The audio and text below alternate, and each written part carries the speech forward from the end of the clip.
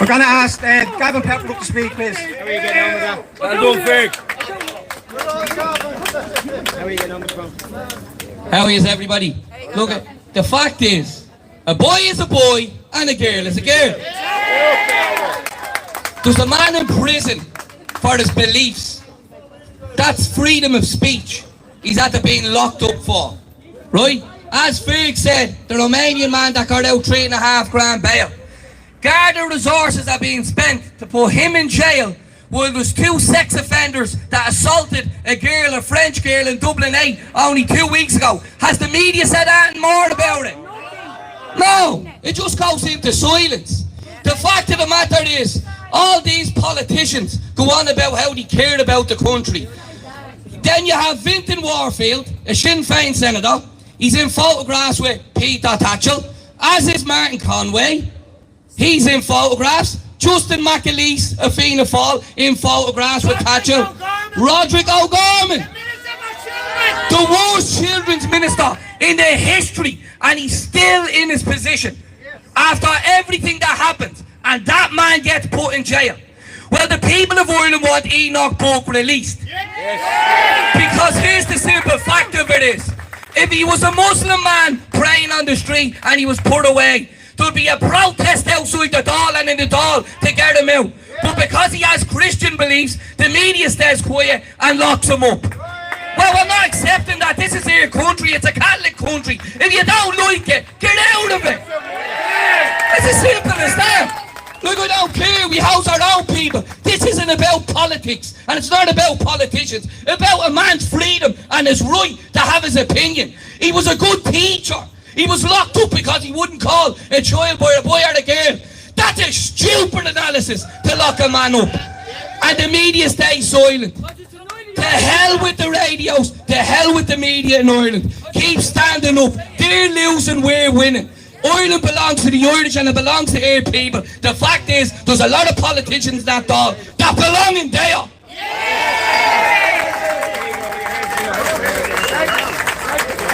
Probably his best speech.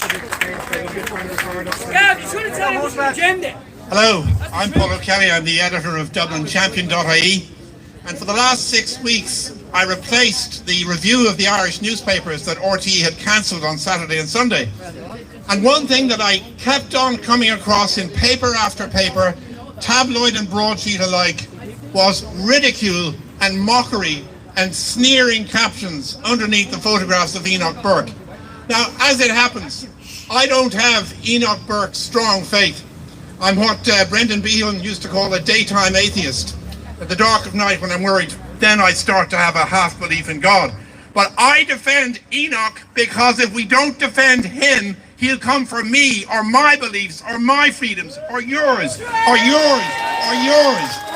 Now, it so happens that what Enoch has to say about gender makes sense, but it did not have in the collective wit of the 17 bachelor's, master's and doctoral degrees in Wilson School, the wit to let that man express his beliefs without calling the cops, without firing him, without getting rid of what by common consent was the most outstanding teacher the school had ever had.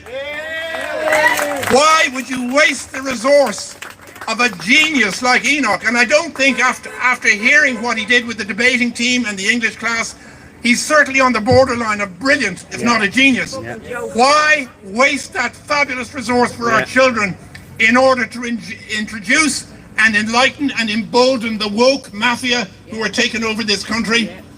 I received a copy of that dreadful book in the mail, and let me tell you, the double-page spread you've seen with a horrible, nasty, bigoted Irish family on one page and the wonderful, enlightened family on the other page, that is not even 10% of the shocking, scandalous, anti-religious, bigoted vibe in that book.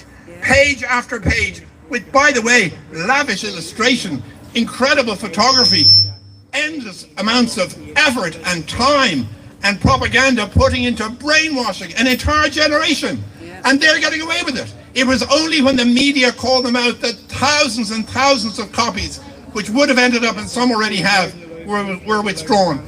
So that book is encouraged and subsidized, and the Bible and its teachings are banned. What kind of Article 44 is that? Before I go, I don't know Fergal and I haven't met him until today. But for some of us, free speech is cheap, and I include myself. I wrote the blogs, I reviewed the papers, I was critical, and I used words. But Fergal has jeopardised his time, his health, his peace of mind. Enoch has jeopardised his health, his time, his money. The Burke family have jeopardised time, money and peace of mind. For them, martyrdom, and for Fergal, martyrdom is not cheap. They've paid and they've paid and they've paid. I'm never going to pay the same. I'm sorry, I don't have that strength.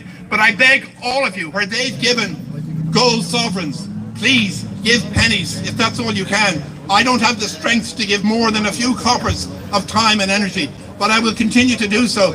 And I bow my head to the people who've given so much more. Thank you, Fergal.